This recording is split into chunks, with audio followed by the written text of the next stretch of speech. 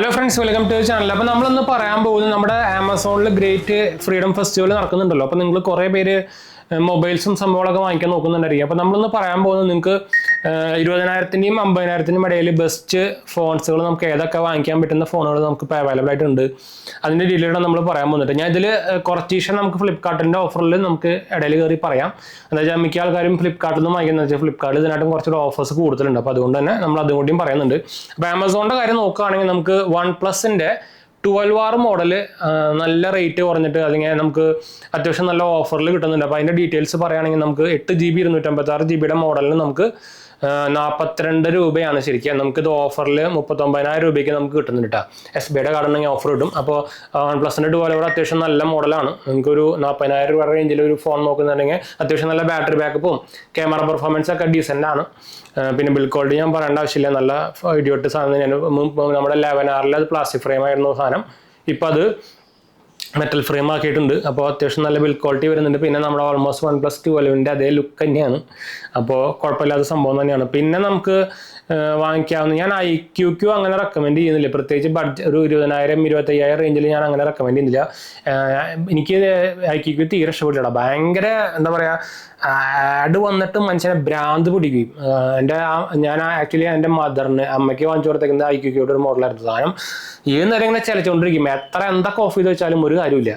ഒരു വെറുത്ത് പോയി മനുഷ്യൻ. IQQയും Vivo ഒക്കെ അതുപോലെ തന്നെയാണ്. എൻ്റെ ചേട്ടൻ്റെ X സീരീസിൻ്റെ ഒരു ഫോൺ ഉണ്ട്, X90 Pro. ഒരു രക്ഷയില്ല. എത്ര അവരുടെ ഫ്ലാഗ്ഷിപ്പ് ഫോണായിട്ട് ഇമാരി ആഡ് ഒരു രക്ഷയില്ലാത്ത സാധനം. ഞാൻ അതുകൊണ്ടാണ് ഈ സാധനങ്ങളെയൊന്നും ഫ്ലാഗ്ഷിപ്പായിട്ട് കണക്കാക്കത്ത്. നമ്മുടെ എന്താ പറയുക, IQQ അതുപോലെ IQQ നല്ല കുറേ പേര്, അതിൻ്റെ പ്രൊണൗൺസിയേഷൻ കുറേ പേര് വ്യത്യാസം കിട്ടുക.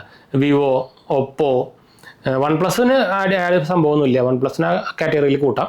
പിന്നെ ഹോണറിൻ്റെ കുറേ ഫോണുകളൊക്കെ ഉണ്ട്. പക്ഷേ ഹോണറിൻ്റെ ഫോൺ ഞാൻ അങ്ങനെ റെക്കമെൻഡ് ചെയ്യുന്നില്ല. നമുക്ക് ഗൂഗിൾ സപ്പോർട്ട് സംഭവങ്ങളൊന്നും ഇല്ല ഹോണറിലും ഹുവാവയ്ക്കൊന്നും. അപ്പോൾ ബോറ് ഇപ്പോൾ എക്സ്പീരിയൻസ് ആയിരിക്കും നിങ്ങൾക്ക്. പിന്നെ ക്യാമറ പെർഫോമൻസ് നോക്കുകയാണെങ്കിൽ അവരുടെ ക്യാമറ അത്യാവശ്യം നല്ലതാണ്, അതിനാണെങ്കിൽ കുഴപ്പമില്ല.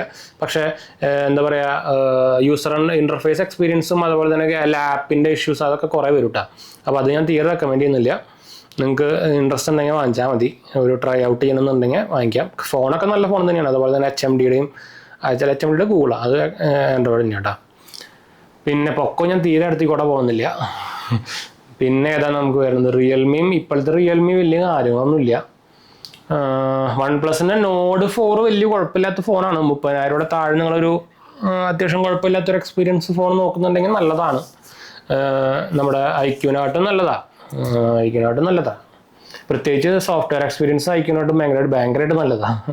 പിന്നെ S21 FE 25,000 രൂപയ്ക്ക് ആമസോണിൽ വിൽക്കുന്നുണ്ട്. പക്ഷേ ഞാനത് റെക്കമെൻഡ് ചെയ്യുന്നില്ല കേട്ടോ. എന്ന് വെച്ചാൽ പഴയ ഫോണാണത്. അത് ഇപ്പോൾ 25,000 രൂപ എടുത്താലും നഷ്ടമാണ്. അപ്പോൾ ഞാൻ തീരെ റെക്കമെൻഡ് ചെയ്യുന്നില്ല. അത് കുറേ പേര് നമുക്ക് കമൻറ്റ് ചെയ്യുന്നുണ്ടായിരുന്നു. പിന്നെ നമുക്കൊരു 52,000 രൂപയ്ക്ക് OnePlus-ൻ്റെ 12 കിട്ടുന്നുണ്ട്, ഓഫർ അടക്കം. അപ്പോൾ OnePlus 12 നല്ലൊരു കിടിലൻ ഫോൺ തന്നെയാണ്. അതിൽ IP68 റേറ്റിംഗ് അങ്ങനെ സംഭവമൊന്നും ഇല്ലയെന്ന് നോക്കിക്കഴിഞ്ഞാൽ കിടിലൻ ഫോണാണ്. 52,000 രൂപയ്ക്ക് നല്ല വേർത്ത് ഫോൺ തന്നെയാണ്. പക്ഷേ ഈ 52,000 രൂപയ്ക്ക് കിട്ടണമെങ്കിൽ നിങ്ങൾക്ക് SBIയുടെ കാർഡ് വേണം കേട്ടോ, അങ്ങനെ കുഴപ്പമുണ്ട്. പിന്നെ നമുക്ക് S23 Ultra നമുക്ക് ഓൾമോസ്റ്റ് ഒരു 85,000 നമുക്ക് കിട്ടുന്നുണ്ട്. S24 നമുക്ക് ഓൾമോസ്റ്റ് ഒരു 68,000 കിട്ടുന്നുണ്ട്. പിന്നെ ഈ സാധനം ഇതല്ല, ഇതിൻ്റെ നമ്മുടെ ആപ്പിൾ വാച്ച് Ultra 1 നമുക്ക് 63,000 രൂപയ്ക്ക് കിട്ടുന്നുണ്ട് ആമസോണിൽ. ഞാൻ അത് കാണിച്ചു തരാം. ആപ്പിൾ വാച്ച് Ultra 1 Ultra 2 വ്യത്യാസമൊന്നുമില്ല. നിങ്ങൾ Ultra വാച്ച് നോക്കുന്നുണ്ടെങ്കിൽ Ultra 2 എടുത്താൽ മതി, Ultra 1 എടുത്താൽ മതി. ഒരു കാര്യമില്ലാത്ത വേസ്റ്റ് സാധനമാണ്. അപ്പോൾ കുറച്ച് വില കൂടിയിട്ടുണ്ട്. ഇപ്പോൾ 67 ആയിട്ടുണ്ട്. അത്ര കാലം നമുക്ക് 63 ആയിരുന്നു. ഇപ്പോൾ ഇത് സാധനത്തിന് 67 ആയിട്ടുണ്ട് സാധനത്തിന്. എന്നാലും സാധനം വെറുത്താട്ടോ, അത് വേറെ കാര്യം. 3 ദിവസമൊക്കെ എനിക്ക് സുഖമായിട്ട് ബാറ്ററി ബാക്കപ്പ് കിട്ടുന്നുണ്ട്. ഞാൻ ഇതിൽ നമ്മുടെ റിങ്കാൻ്റെ ഒരു കേസ് വിട്ടിട്ടുണ്ട് കണ്ടോ. അപ്പോൾ ഇതാണ് നമുക്ക് ഫോണുകളിൽ മെയിനായിട്ട് പറയാനുള്ള ആമസോണിലത്തെ ഓഫേഴ്സ്. വലിയ കാര്യമായിട്ടുള്ള ഓഫേഴ്സ് ആമസോണിലില്ല. ഫ്ലിപ്കാർട്ടിൻ്റെ കാര്യം പറയുകയാണെങ്കിൽ അത്യാവശ്യം നല്ല ഓഫേഴ്സ് ഉണ്ട്.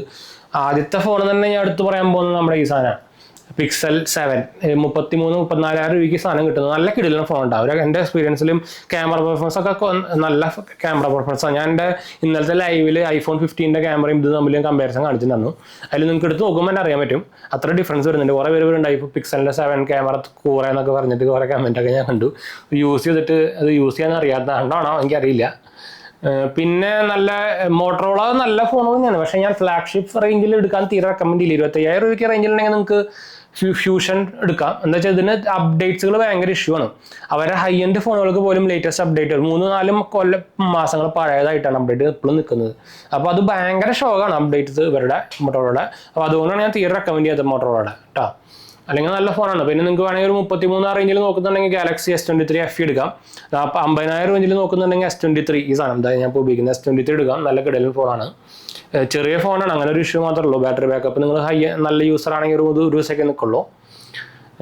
നത്തിങ്ങും നിങ്ങൾക്ക് എടുക്കാൻ വേണമെങ്കിൽ, പക്ഷേ നത്തിങ്ങിൻ്റെ 2A വലിയ കാര്യമൊന്നുമില്ല. നോർമൽ മോഡലാണെങ്കിൽ നിങ്ങൾക്ക് വേണമെങ്കിൽ എടുക്കാം, വലിയ കുഴപ്പമില്ലാത്ത മോഡലാണ്.